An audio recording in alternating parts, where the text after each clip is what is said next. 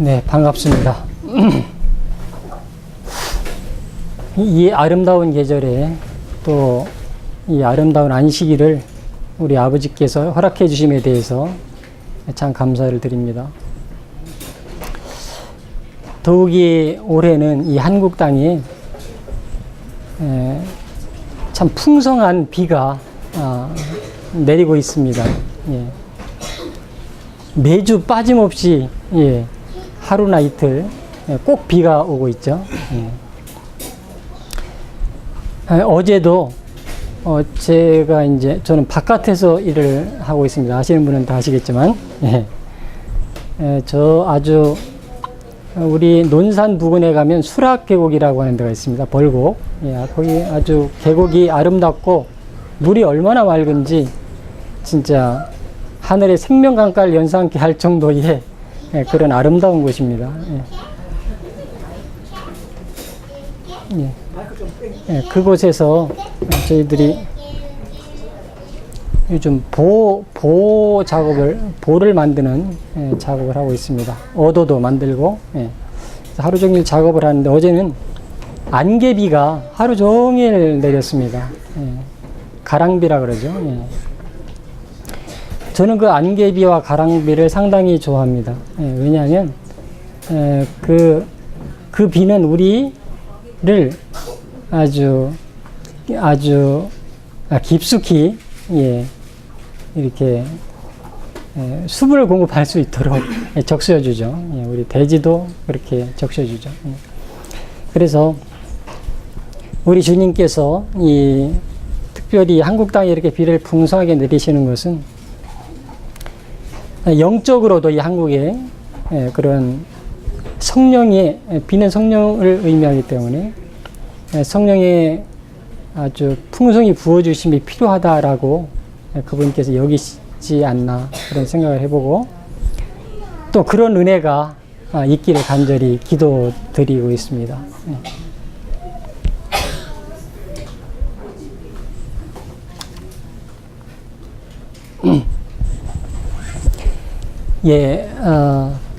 그리고 요번 우리 연합 예배에 참 감사한 것은 우리 새로운 얼굴들을 뵙게 돼서 참 반갑고 감사드립니다. 우리 에밀레 자매님이라고 하셨나요? 새로운 자매님과 또 두 분의 형제님이 지금 안 보이시는데 이렇게 새로 분들을 뵙게 될 수 있음을 인해서 참 기쁘고 감사하게 생각을 합니다. 요번 연합 예배의 총 주제는 바벨론의 포도주 한 잔입니다. 바벨론의 포도주 한 잔. 저는 오늘 총 주제는 그렇지만은 제가 개인적으로 정한 주제는 계시록 나타난 구원의 복음이다라고 하는 주제를 정해 보았습니다. 제가 목소리가 좀 크지 않기 때문에 좀 귀를 기울이셔야 전달이 되지 않을까 그런 생각을 해봅니다. 계시록 17장에 나타난 구원의 복음은 무엇인지 우리가 살펴보는 시간을 가졌으면 합니다. 우리 먼저 아버지의 말씀 살펴보도록 하겠습니다. 우리 요한복음 6장 55절에 보면 이런 말씀이 있습니다. 내 살은 참된 양식이요 내 피는 참된 음료로다, 이런 말씀이 있죠. 그래서 여기서 말하는 참된 그 양식이라고 하는 것은 기록되었으되라고 우리가 알고 있습니다. 하나님의 말씀의 근거를 둔 모든 기별들이 참된 양식이 될 것입니다. 근데 이 세상에는 참된 것이 있으면 꼭 거짓된 것이 있게 마련입니다. 그렇죠? 거짓 양식은 그럼 무엇일까라고 하는 것입니다.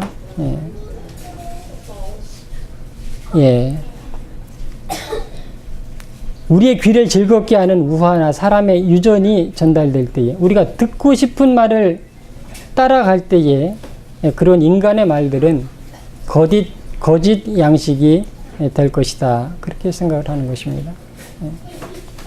그래서 우리가 주의 말씀을 접하게 될 때에 그것이 어디에 근거를 둔 것인지 우리가 살펴볼 필요가 있다라고 하는 것입니다. 잠언 2장 4절에는 이런 말씀이 있습니다. 은을 구하는 것 같이 그것을 구하며 그랬습니다. 감추인 보배를 찾는 것 같이 그것을 찾으면 이런 말씀인데 바로 우리가 하나님의 말씀 참된 양식을 구할 때에 은을 구하는 것 같이 구해야 된다라고 하는 것입니다. 예. 우리 돈을 벌 때에 우리가 다 경제활동을 하죠. 예. 우리가 돈을 벌려고 할 때에 우리의 모든 것을 쏟아붓지요. 예. 때로는 쏟아붓지 말아야 될 것까지 쏟아부으면서도 돈을 벌려고 하는 경우가 있습니다. 예. 그래서 하나님의 참된 양식을 우리가 얻기 위해서는 그 정도의 열정을 가지지 않으면 어떻게 할 수 있다? 은을 구하지 못할 수도 있지 않겠습니까? 그리고 감추인 보화를 찾는 것 같이 그것을 찾아야 된다라고 하는 것입니다. 이 보석과 진주들은 표면에 있지 않습니다. 그렇죠? 우리가 많은 대가를 지불하고 그것을 구하고자 애쓸 때에만이 얻을 수 있는 것이죠. 그래서 우리가 그런 열정과 열심을 우리가 꼭 필요로 하고 있다라고 하는 것을 알 수가 있습니다.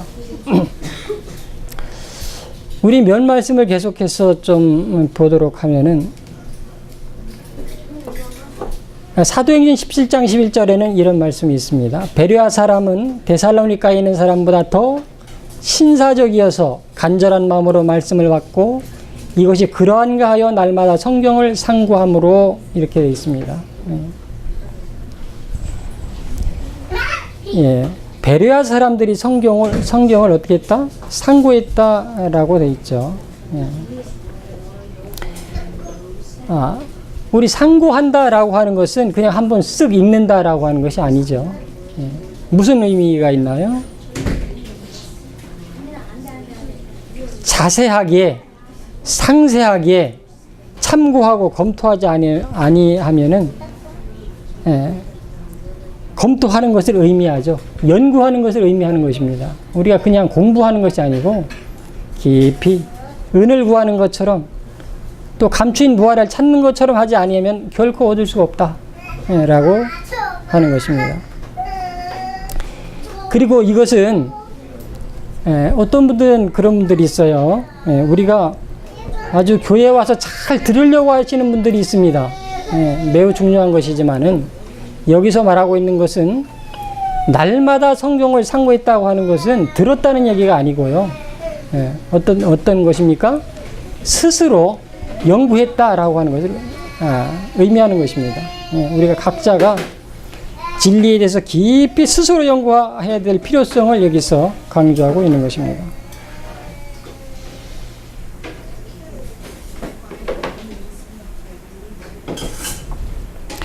우리가 어떤 진리에 대해서 안다고 생각할 수가 있습니다. 나는 뭐 6대 현대 진리에서 잘 알아 라고 아주 자긍할 수가 있는데요.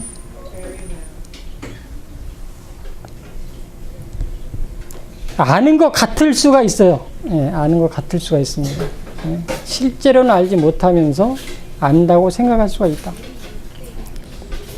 그래서 우리가 깊이 성경을 연구하는 이를 이 말씀은 권면해주고 계시다라고 볼 수가 있겠습니다.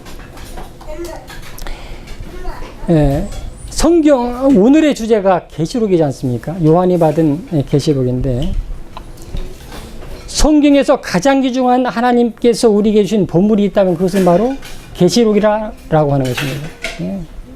성경에 많은 60권이 넘는 책이 있지만은 그 중에 이 요한계시록은 그분께서 우리에게 진짜 주고자 원하셨던 보물에 속한다라고 하는 것입니다. 그런데 우리는 흔히 계시록을 좀 자주 이렇게 접근하지 않는 경향이 있을 수가 있습니다. 왜냐하면 좀 계시록을 펴보면 어떻게 해요? 상징과 표상과 여러 가지 좀 난해한 그런 구절들을 만나게 되는데, 사실은 성경 중에 가장 이해하기 쉬운 책이 있다면 그거는 바로 계시록이라고 하는 것입니다. 성경 중에 가장 쉬운 책이 계시록입니다. 왜냐하면 그 제목이, 책의 제목이 말하듯이 계시지 않습니까? 나타내 보인 것입니다. 보여준 것이기 때문에 가장 쉽다라고 하는 거예요. 그래서 계시록 1장 3절에도 말씀하시기를 이 예언의 말씀을 읽는 자와 듣는 자들과 그 가운데 기록한 것을 지키는 자들이 복이 있나니 때가 가까움이라 그랬습니다.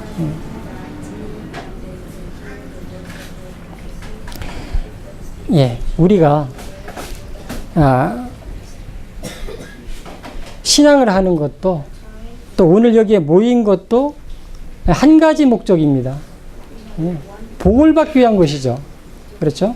그게 영적인 것이 됐든 또는 육적인 것이 됐든 우리는 복 받기 위해서 사실은 나온 것입니다. 그리고 그분께서 그것을 주시고자 준비하고 계시다고 하는 것을 알기 때문에 나왔습니다. 근데 여기 복이 허락되어 있습니다. 어떤 자들에게? 이 계시록의 말씀을 읽고 듣고 그 가운데 기록한 것을 어떻게 지키는 자들에게 약속이 되어 있는 것입니다.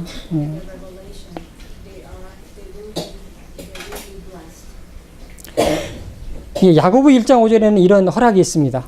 너희 중에 누구든지 지혜가 부족하거든 모든 사람에게 후히 주시고 꾸짖지 아니하시는 하나님께 구하라. 그리하면 주시리라. 이런 허락이 있는데요. 우리가 혹 주의 말씀을 펼 때에 지혜가 부족하다고 생각하십니까? 뭐라고 하셨습니까? 주시겠다고 하셨지 않습니까? 물질적인 것이든 정신적인 것이든 영적인 것이든 다 그것이 하나님께 속해 있고 그분께서 우리에게 주시고자 하는 것이죠. 어떤 사람 이렇게 생각할 수가 있어요.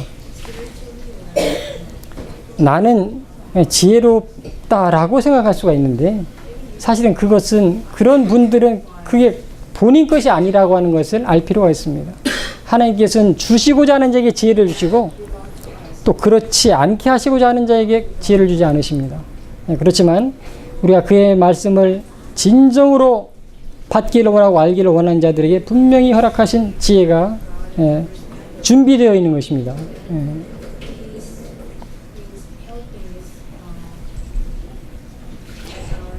진정으로 지혜 있는 자가 되기를 원하신다면 우리는 주목해야 될 것이 있다라고 하는 것입니다.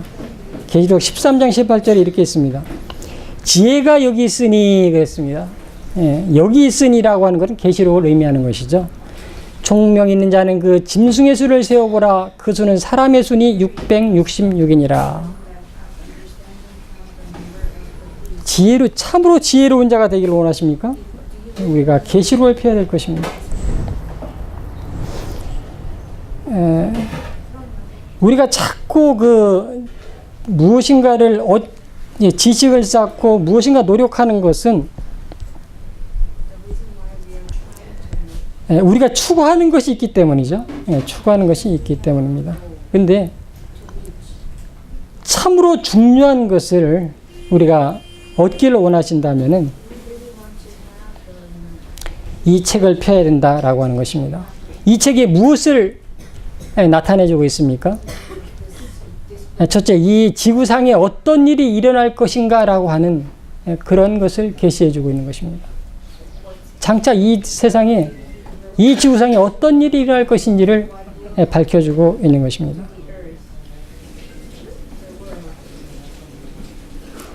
두 번째, 미래에 대비해서 우리는 어떠한 준비를 해야 하는가?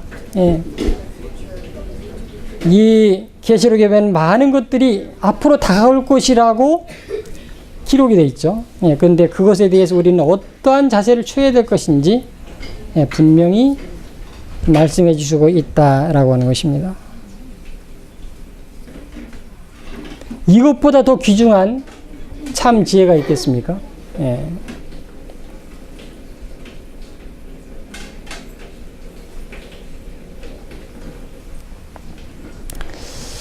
자, 여기 고린도전서 2장 13절에 이런 말씀이 있습니다. 우리가 이것을 말하거니와 사람의 지혜에 가르치는 말로 아니하고 오직 성령에 가르친 것으로 하니 신령한 것은 신령한 것으로 분별하느니라 라고 되어 있습니다. 예. 신령한 것이라고 하는 것은 하나님의 말씀을 의미하는 것이죠. 그래서 하나님의 말씀은 무엇으로? 하나님의 말씀으로 분별해야 된다. 예, 이렇게 말씀하시고 계신 것입니다.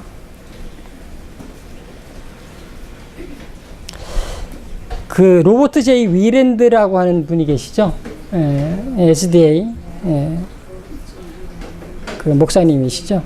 그분이 많은 책을 남기셨는데 그분이 쓴 기록 중에 이런 것이 있습니다. 성령께서는 계시록을 읽는 일이 생애에 가장 즐겁고 유익한 경험이 되게 하실 것이다. 이렇게 말씀하시고 계신 것입니다. 제가 요번에 주제가 이렇게 정해지다 보니까 저도 요번 계기를 통해서 계시록을 좀 전반적으로 살펴볼 기회를 갖게 되었는데요. 진짜 그 말씀을 제가 볼 때에 참 주님의 은혜가 무엇이다라고 하는 것을 조금이지만은 느낄 수가 있었습니다. 생애에 가장 즐겁고 유익한 경험이 될 수 있는 것입니다. 목사들에게 보내는 권면 113페이지는 이렇게 화이트부인은 기록하고 있습니다. 요한계시록을 연구할 때 분명하게 깨닫게 되는 한 가지가 있을 것이다. 즉 하나님과 그분의 백성 사이의 관계는 밀접하고 굳건하다는 점이다. 이렇게 기록이 되어 있는데요. 특별히 요한계시록을 우리가 연구하게 될 때에 깨닫게 되는 것이 있다. 그것은 무엇이다? 하나님께서 우리에게 대하여 얼마나 자세하게 우리를 위하고 계시다고 하는 그런 사실을 깨닫게 된다라고 하는 것입니다. 자애로운 부모가 자녀에게 얼마나 자상하게 다루입니까? 그것을 우리는 계시록을 통해서 경험할 수가 있다라고 하는 것입니다. 같은 책 118페이지에도 이렇게 말씀하시고 계십니다. 다니엘서가 말하게 하라. 요한계시록이 말하게 하라. 그리고 진리가 무엇인지를 말하라. 그런 기록이 있습니다. 그래서 우리가 이 계시록을 통해서 주의 진리가 무엇인지 우리가 알 수가 있게 되는 것입니다. 자, 이제 그 계시록 17장을 한번 펴보도록 하시겠습니다. 우리 본문의 말씀이 18절로 되어 있습니다. 긴 장이 아니에요. 18절로 되어 있는 장입니다. 요한계시록 17장. 거기 1절로 5절의 말씀을 한번 읽어보도록 하시겠습니다.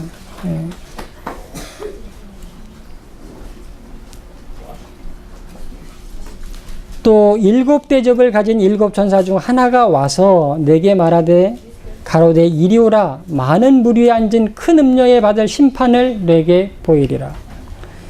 땅의 임금들도 그로 더불어 음행하였고 땅에 거하는 자들도 그 음행의 포도주에 취하였다 하고 또 성령으로 나를 데리고 광야로 가니라. 내가 보니 여자가 붉은빛 짐승을 타는데 그 짐승의 몸에 참난된 이름이 가득하고 7머리의 10뿔이 있으며 그 여자는 자줏빛과 붉은빛 옷을 입고 금과 보석과 진주로 꾸미고 손에 금잔을 가졌는데 가증한 물건과 그 음행의 더러운 것들이 가득하더라. 그 이마에 이름이 기록되었으니 비밀이라 큰 바벨론이라 땅의 음료들과 가증한 것들의 어미라 하더라.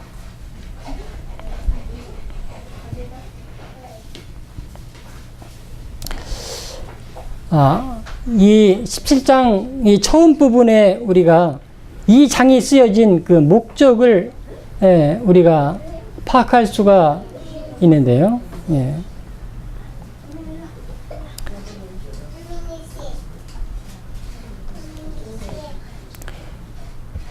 궁극적인 목적은 이것을 통해서 우리로 하여금 구원의 복음이 무엇인지를 알게 하는 것입니다.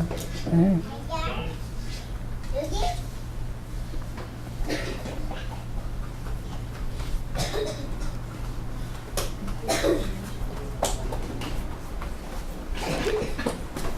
자, 요한복음의 말씀을 한 말씀 보면은 이렇게 기록되어 있죠. 이 일이 이루기 전에 너희에게 말한 것은 이 일이 이룰 때에 너희로 믿게 하려 함이라.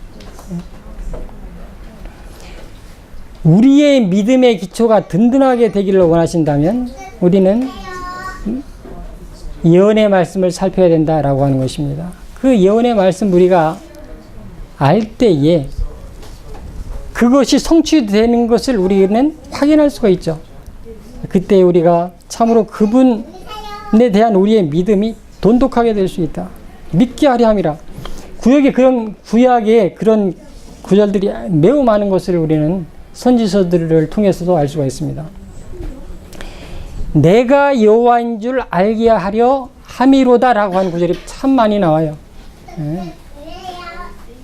그래서 그분께서 우리에게 진짜 바라시는 것이 있다면 그것은 그분에 대한 흔들리지 아니하는 믿음을 소유하기를 바라시는 것입니다. 계시록에 준 목적도 바로 그것에 있다라고 하는 것을 우리가 알 수가 있는 것입니다. 그리고 여기에 보면은요,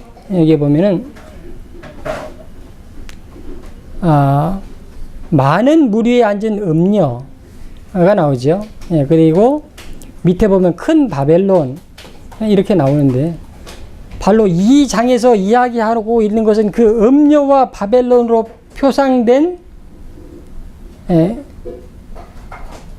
그 음녀의 심판에 대한 기록입니다. 그 음녀와 바벨론의 결론이 어떻게 날 것인지를 우리에게 계시해 주고 있다 라고 하는 것입니다. 심판을 내게 보이리라 그렇게 말씀하셨지 않습니까?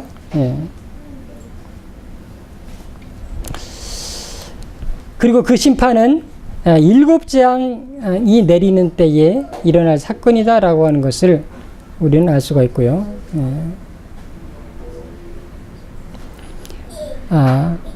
여기에 보면 음녀가 나오는데요. 음녀. 그것은 그 타락한 여자, 타락한 교회를 의미한다라고 하는 것을 우리가 알 수가 있습니다. 타락한 여자가 있는 반면에 어떤 여인이 있을까요? 순결한 여인이 있는 것입니다. 그래서 하나님께서는 이 지상에 그분의 순결한 교회, 타락하지 아니한 교회를 소유하고 계시다라고 하는 것을 알 수가 있습니다. 그럼 음녀란 과연 무엇을 의미하느냐? 우리가 흔히 그것을 그냥 뭐 천주교회 이렇게 뭐 타락한 그 교회 이렇게 우리가 이해할 수 있겠습니다만은 그 음녀에 포함되는 것은 단지 그 교회뿐만 아니라 기독교인이라고 공언하면서도 그리스도께 신실치 못한 모든 교회를 상징한다라고 하는 것을 우리는 알 필요가 있는 것입니다.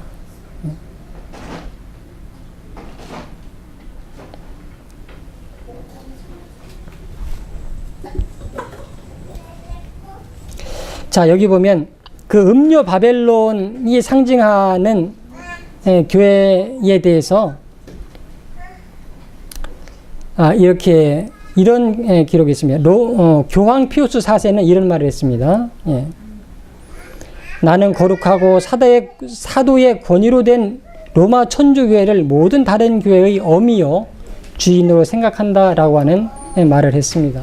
예. 그렇기 때문에 음료에는 바로 신실치 못한 모든 개신교인들도 다 포함을 하고 있다라고 하는 것입니다. 그리고 우리가 바벨론에 대해서 계속 언급하고 있는데요.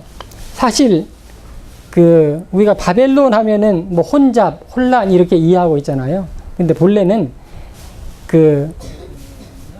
바벨이라고 하는 말이 혼잡이고요.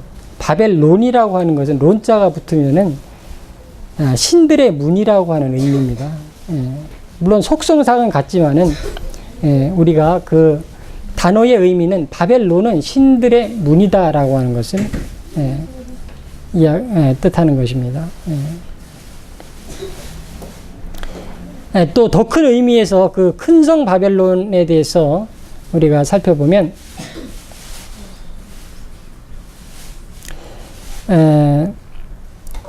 하나님의 진리에서 배도해가지고 온 세상의 교회들이 연합운동을 벌이고 있죠. 예. 그런 연합운동, 연합단체에도 적용해야 된다라고 하는 것을 우리가 알 수가 있는 것입니다. 그리고 그 세력을 통해서 암흑 시대 때에 있었던 핍박이 재현될 것입니다. 길지는 않겠지만은 그런 핍박이 다시 올 것이다 라고 하는 것입니다.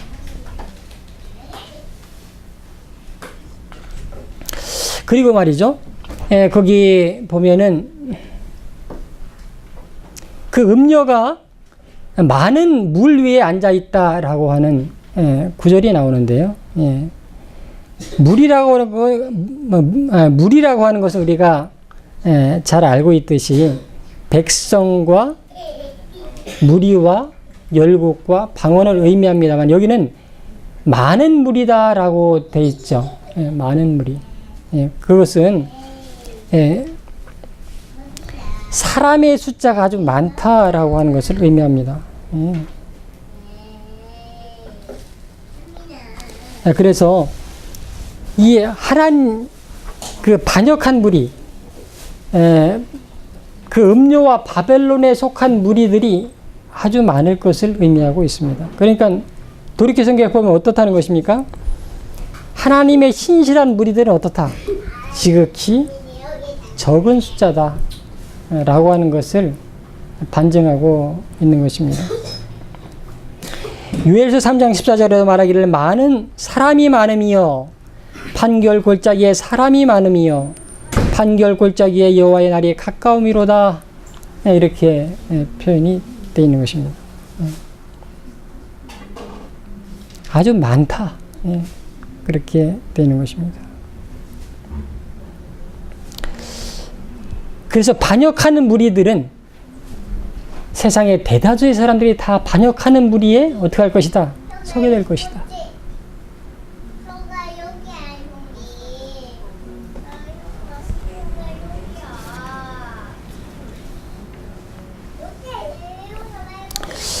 자, 그 다음에 보면 8절에 보면 그렇게 말씀했죠. 거기 보면은 진노의 포도주로 먹이던 자다 이렇게 표현이 되어 있는데요.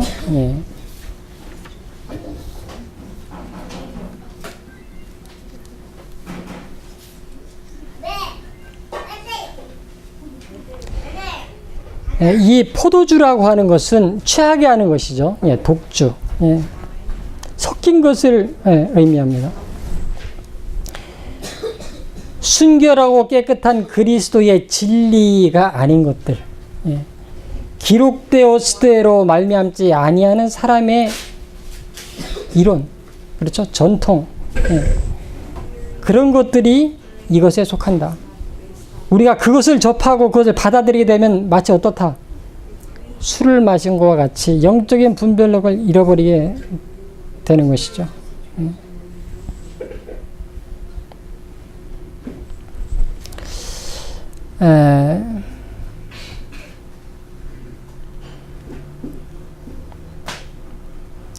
자, 그 다음에 살펴볼 것은 그 짐승은 우리가 잘 알고 있듯이 무엇을 가리키죠? 나라와 왕국을 가르친다라고 하는 것을 알 수가 있습니다.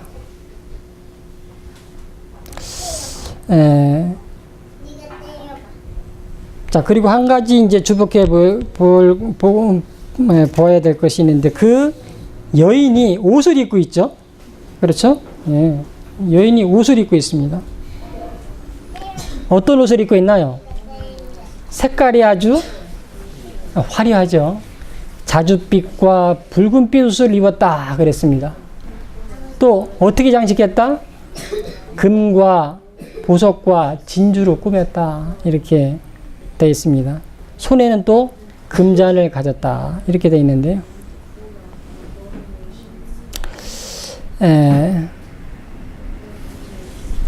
그 음료에 입은 옷과 그리스도의 참 교회가 입은 옷은 어떨까요? 비슷한 것이 아니고 대조를 이루고 있는 것을 알 수가 있습니다. 계시록 12장에 여인이 나오시죠? 충결한 여인이 나오죠? 거기에 보면 이 참 하나님의 교회를 상징하는 그 여인은 어떤 옷을 입었다는 걸 알 수 있어요. 아주 단순한 흰 옷을 입고 있습니다. 단순한 흰 옷을 입고 있는 것입니다. 실제적으로도 지금 우리 그 참교회의 백성들은 어떤 옷을 입고 있죠? 아주 간편하고 단순한 옷을 지향하고 있습니다. 그렇죠?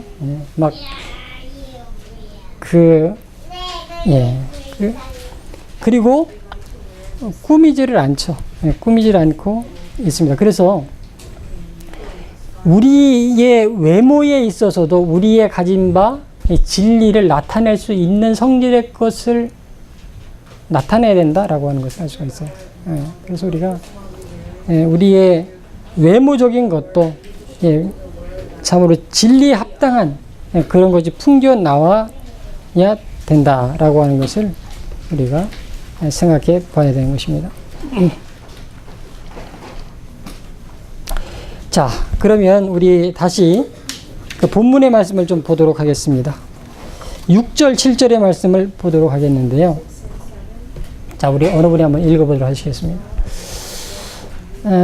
우리 이 여자가 성도들의 피와 예수의 증인들의 피에 취한지라.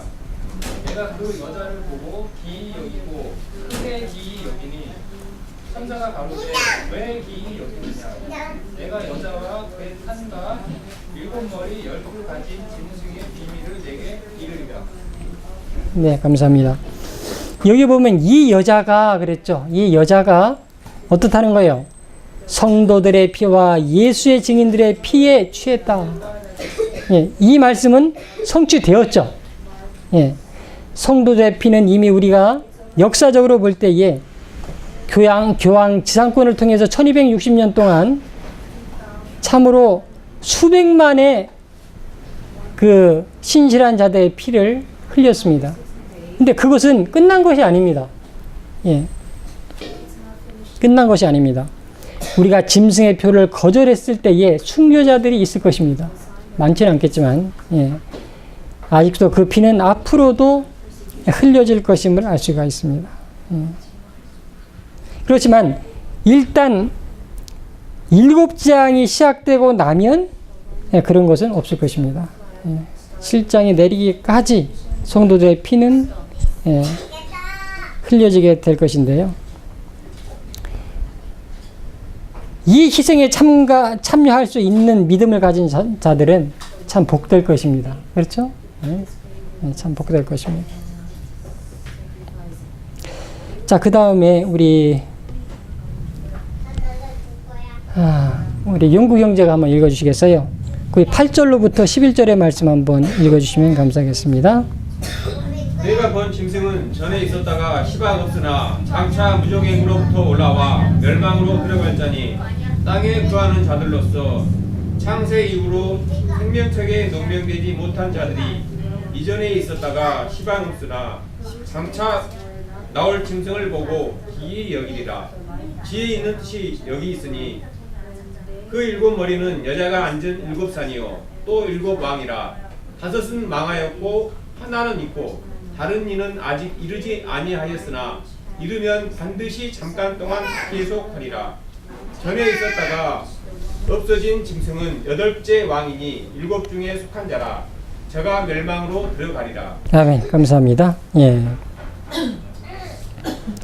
거기에 살펴보고자 하는 것은 거기 처음 부분에 보면요, 내가 본 짐승은 전에 있다가 시방은 없으나 장차 무조경으로부터 올라와, 그런 구절이 나오는데, 이 무조경이라고 하는 것은 그 폭력주의를 의미하는 것입니다. 예. 프랑스 혁명 때에 그 잔인한 그 테러들이 있었죠. 예. 그래서 이 폭력이라고 하는 것은 참 우리 인생의 삶에 있어서 우리의 삶을 아주 어둡게 하고, 예, 참 슬픈 그림자를 드러내게 하는 그런 것이죠. 그것이 바로 이런 무조경에서 나온 것이다 라고 하는 것입니다. 그래서 이 폭력이라고 하는 것은 공포를 의미하죠. 사단이 쓰는 방법인 것입니다.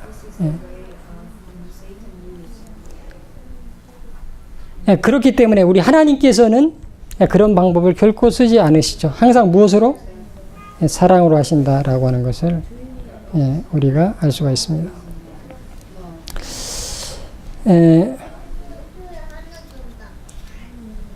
여기 보면 망한 5 왕이 나오는데요. 제가 그 살펴본 바에 의하면은 이집트와 아시리아, 바벨론, 메데파사, 그리스, 이렇게 해서 5 나라를 가리킨다 라고 하는 것입니다.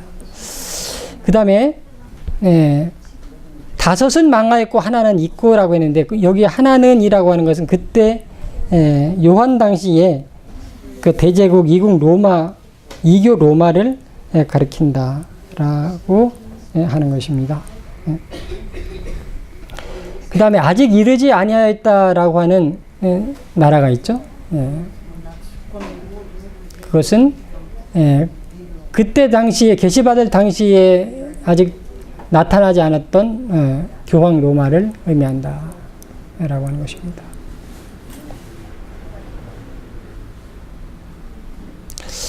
그 다음에 12절 13절을 보면 이렇게 돼 있죠. 내가 보던 10뿔은 10왕이니 아직 나라를 얻지 못하였으나 다만 짐승으로 더불어 임금처럼 권세를 일시 동안 받으리라.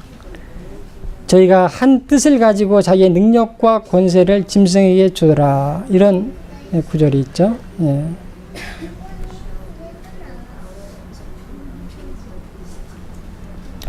여기 보니까 10왕이 나오죠. 예. 10뿔은 10왕이니, 예, 그런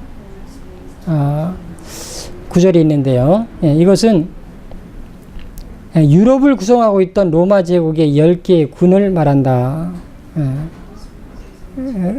라고 하는 것입니다. 예. 그리고 지금의 그 현대 국가의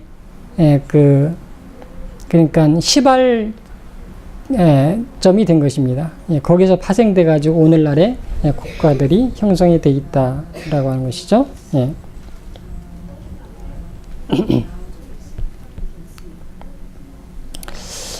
자, 그러면은 우리 14절부터 18절의 말씀을 좀 살펴보도록 하시겠습니다. 예.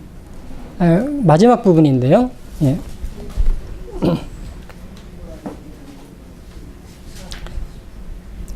저희가 어린 양으로 더불어 싸우려니와 어린 양은 만주의 주시요 만왕의 왕이심으로 저희를 이기실 터이요. 또 그와 함께 앉은 자들 곧 부르심을 입고 빼내심을 얻고 진실한 자들이 이기리로다. 또 천사가 내게 말하되 내가 본 바 음료에 앉은 물은 백성과 무리와 열국과 방언들이니라. 내가 본 바 이 10뿔과 짐승이 음료를 미워하여 망하게 하고 벌거벗게 하고 그 살을 먹고 불로 아주 살으리라. 하나님이 자기 뜻대로 할 마음을 저희에게 주사 한 뜻을 이루게 하시고 저희 나라를 그 짐승에게 주게 하시되 하나님의 말씀이 응하기까지 하심이니라. 또 내가 본 바 여자는 땅의 임금들을 다스리는 큰 성이라 하더라. 예.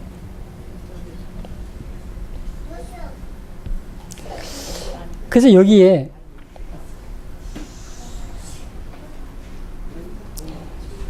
이 어린 양으로 더불어 싸우려니와 이런 그 구절이 있듯이 이 세력, 바벨론과 음녀의 세력이 최후에는 전쟁을 하게 될 것임을 우리가 알 수가 있습니다.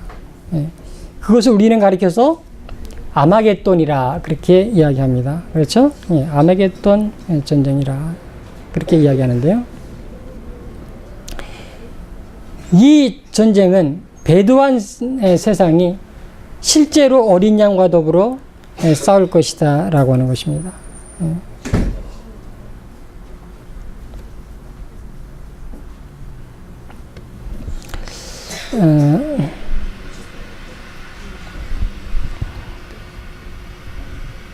육신의 생각은 하나님과 원수가 된다. 그런 말씀이 있죠. 그래서 우리가 거듭나지 않고 회개하지 않은 상태에 우리의 육신의 생각과 상태는 하나님의 원수의 입장에 처하게 되는 것이다 라고 하는 것입니다. 그래서 우리가 지금 우리의 삶이 참으로 그 새롭게 함을 입지 않는다면은 우리는 결국에 어떻게 될까요? 어린 양과 더불어 싸우는 세력에 있음을 우리는 발견하게 되는 것입니다.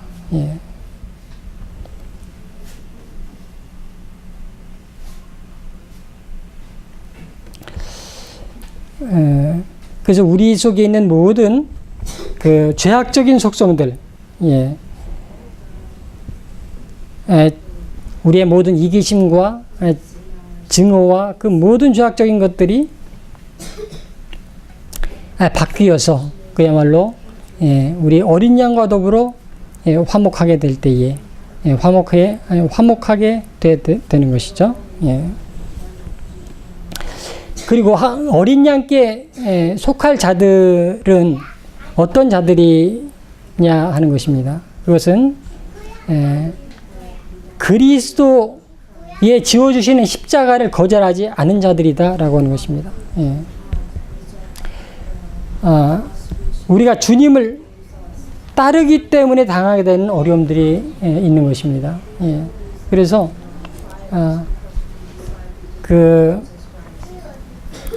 여기에 모인 우리 모두도 각자에게 무엇이 있다는 것을 알 수가 있어요?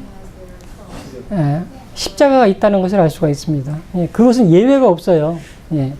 어린 아이로부터 노년에 이르기까지 다른 사람이 져주지 못하는 십자가가 있는 것입니다. 그걸 자기 십자가라 그러죠. 근데 그것은 우리가 꼭 져야 되는 것입니다. 그것을 우리가 믿음으로 지고 그분께 나아갈 때에 그것이 우리로 하여금 유익되게 된다라고 하는 것입니다.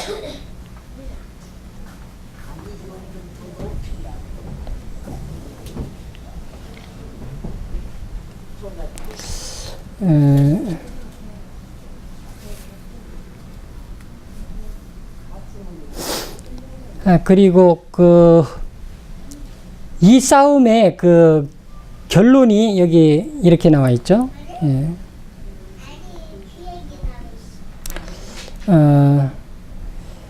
저희가 어린 양과 더불어 싸우려니와 어린 양은 만주의 주여 만왕의 왕이심으로 저희를 이기실 터이요. 그래서 그 모든 싸움의 끝이 그분께 있음을 나타내주고 있습니다. 여기 한 글을 보면 이렇게 되어 있습니다. 그리스도께서 그들을 이기실 것이다. 사단과 같은 방법이 아니라 어린 양과 같은 방법으로 그분은 무력으로 정복하신 일이 한 번도 없다. 잃어버린 자들과의 최후의 싸움에서 우리는 주님께서 온 세상의 사람들을 다 모으시고 그들 앞에 그리스도의 지상 생애를 큰 영화 장면과 같이 다시 한번 보여주실 것이다. 그분의 지상에서의 생애의 사랑의 봉사 사업과 그분이 베푸신 기적과 그분께서 구하러 오신 바로 그 사람들에 의해 거절당하심과 십자가에 못 박히신 모든 장면들이 생생하게 보여질 것이다. 그때 잃어버린 바 된 모든 사람들은 저희 모두가 그리스도를 십자가에 못 박은 일에 한 몫을 담당하였음을 깨닫게 될 것이다. 십자가는 시간을 초월하여 모든 사람에게 큰 의미를 주는 사건이 될 것이다. 사람들은 죄된 생애를 하게 된 것이 저희 자신이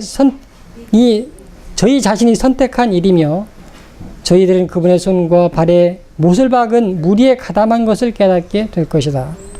모든 사람은 그제서야 전생애를 통해 어린 양을 대항한 반역에 가담해온 결과가 어떻다는 것을 알게 될 것이다. 그래서 우리의 삶에서 나타나는 모든 죄된 것들은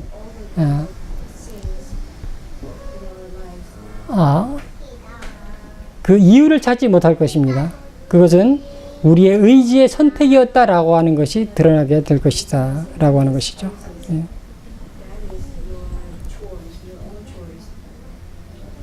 계속 좀 보면 그리스도의 십자가의 정정은 잃어버린 자들의 양심에 큰 고통이 되어 그들은 스스로 저주가 될 것이다.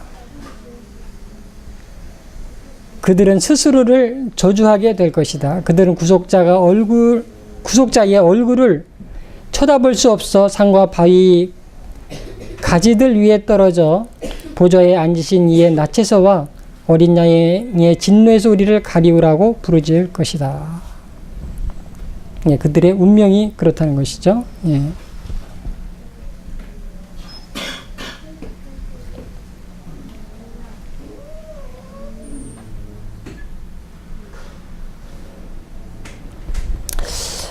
그 다음에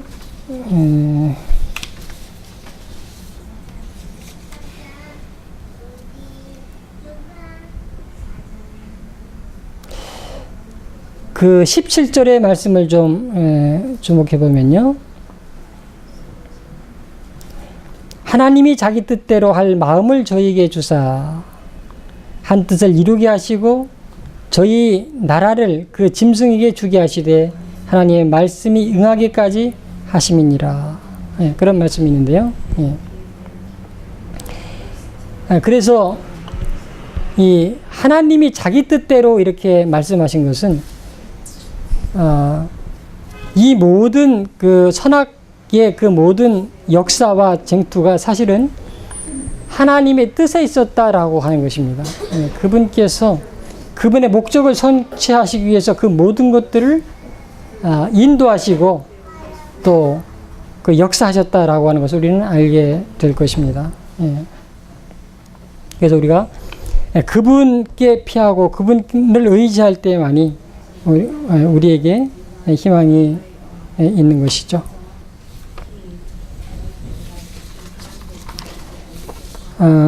여기 리뷰 앤 헤럴드지에 있는 말씀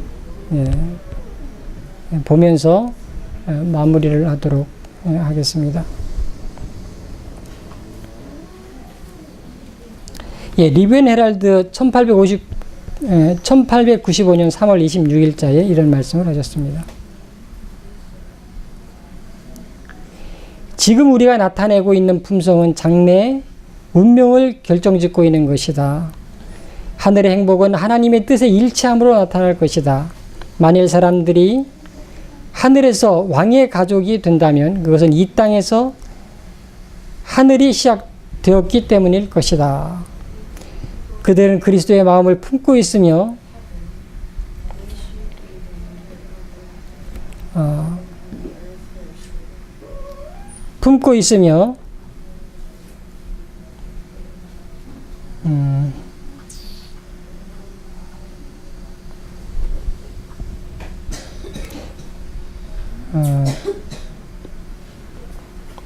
더 높이 올라오라고 부르심을 받을 때에 의인은 모든 은혜와 모든 귀하고 거룩한 재능을 위해 궁정으로 가지고 갈 것이다. 땅을 하늘과 바꿀 것이다. 하나님께서 누가 그분의 나라에 합당한 충성되고 진실된 백성인지 아신다. 그리고 하늘에서 이루어지는 것처럼 땅에서 그분의 뜻을 행하는 자들은 하늘왕의 가족의 일원이 될 것이다. 예, 그렇게 말씀하셨습니다. 그래서 우리가 앞으로 있을 그 모든 결과를 우리가 알고 있지만은 지금 우리의 삶을 통해서 우리의 운명이 결정된다라고 하는 것을 우리가 꼭 기억하고 그분의 은혜를 우리가 바라고 또 그분의 뜻을 깊이 살피는 가운데 우리의 입장이 늘 주님 편에 있기를 간절히 바라면서 말씀을 줄이도록 하겠습니다. 아멘.